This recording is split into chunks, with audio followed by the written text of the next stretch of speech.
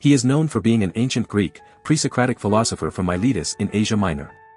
He is recognized for being the last of the three philosophers of the Milesian school, considered the first philosophers of the Western world.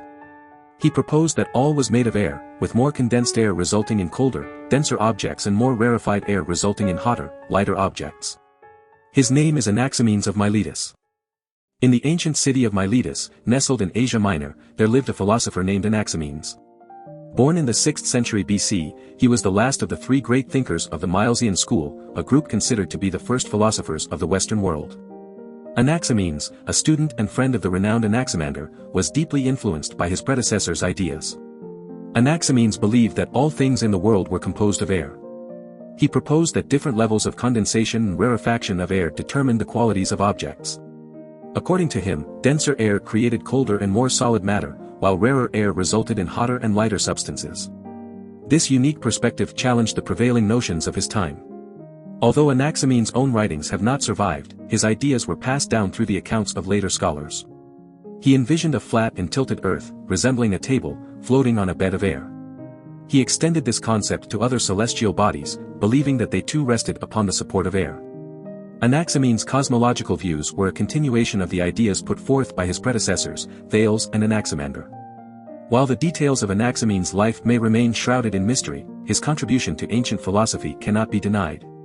His bold assertion that all things were made of air challenged the prevailing beliefs of his time and paved the way for future philosophical and scientific inquiries. Anaximenes' philosophical concepts continue to intrigue and inspire thinkers to this day, leaving an indelible mark on the history of philosophy. Anaximenes, a philosopher from the ancient Greek town of Miletus, was a significant figure in the development of Western philosophy. He is believed to have been the younger pupil of Anaximander, another renowned philosopher of his time. While his exact dates are lost to history, scholars estimate that Anaximenes flourished around the same time as the Battle of Thymbra and the Siege of Sardis in 546 BC, during the reign of the Persian king Cyrus the Great. During his time, Anaximenes was considered a more important figure than his teacher, Anaximander. His teachings and writings influenced not only his contemporaries but also future philosophers like Pythagoras.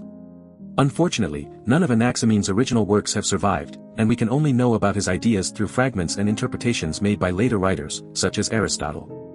Anaximenes' philosophy focused on the fundamental nature of the universe. He believed that the underlying substance of all things was air, which he considered to be infinite and divine. According to him, air could be condensed or rarefied to form different substances, creating the diverse world we perceive. This idea highlights the dynamic and ever-changing nature of reality. In our daily lives, Anaximenes' philosophy can remind us of the interconnectedness and fluidity of the world around us. Just as air can transform into different states, we too can adapt and change in response to our circumstances. It teaches us to embrace change and see the potential for growth and transformation in every situation. Anaximenes' emphasis on the infinite and divine nature of air also encourages us to recognize the inherent divinity within ourselves and the world. It reminds us to appreciate the beauty and wonder of existence and to approach life with a sense of reverence and awe. Although much of Anaximenes' work has been lost, his contributions to the development of philosophy continue to resonate with us today. His ideas offer us a unique perspective on the nature of reality and can inspire us to live more consciously and authentically in our daily lives. Anaximenes, a philosopher from the ancient city of Miletus, had a unique perspective on the nature of the universe. He believed that air was the fundamental substance that held everything together. Just as our soul, being air, holds us together, Anaximenes saw air as the cosmic force that encompassed the whole world. His ideas were a synthesis of the views of his predecessors, Thales and Anaximander. Like Thales, Anaximenes believed in a single, infinite, and determinate substance. And like Anaximander, he saw the substance as dynamic and constantly changing. For Anaximenes, air was not only specific and infinite, but also divine. In his teachings, Anaximenes identified air with the breath of life, connecting it to the soul and the atmosphere. He saw air as the vital force that animates all living beings and holds them together. His belief in the divine nature of air reflected his understanding of the interconnectedness of all things. Anaximenes succinctly expressed his philosophy in a single quote that has survived through the ages. He said, "Just as our soul, being air holds us together, so pneuma and air encompass the whole world." In this quote, he introduced the term pneuma, a word that would later come to signify the breath, spirit, or soul. Anaximenes' philosophy of air as the arche, the underlying principle of the universe, offers us a profound insight into the nature of existence. It reminds us of our interdependence with the world around us and the vital role that air plays in sustaining life. By recognizing the divinity within air and understanding its power to connect us, we can cultivate a deeper appreciation for the interconnectedness of all things in our daily lives. Anaximenes, a philosopher from ancient Miletus, had a unique perspective on the nature of air. He believed that the density of air played a crucial role in the formation of all matter. For him, density was not just a measure of how closely packed particles were, but a concept that could explain the transformations of substances in the natural world.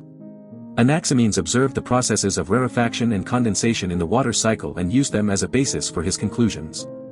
He noticed that when air was rarefied, it became cold and dry. This could be demonstrated by blowing on one's hand with pursed lips and feeling the coolness of the air. On the other hand, when air was condensed, it became warm. An open mouth blowing air would feel warm against the hand. According to Anaximenes, this difference in condensation and density of air gave rise to all forms of matter. He believed that the infinite, spread-out air could condense into wind, which then formed into clouds. These clouds would further condense to produce rain, snow, and other types of precipitation.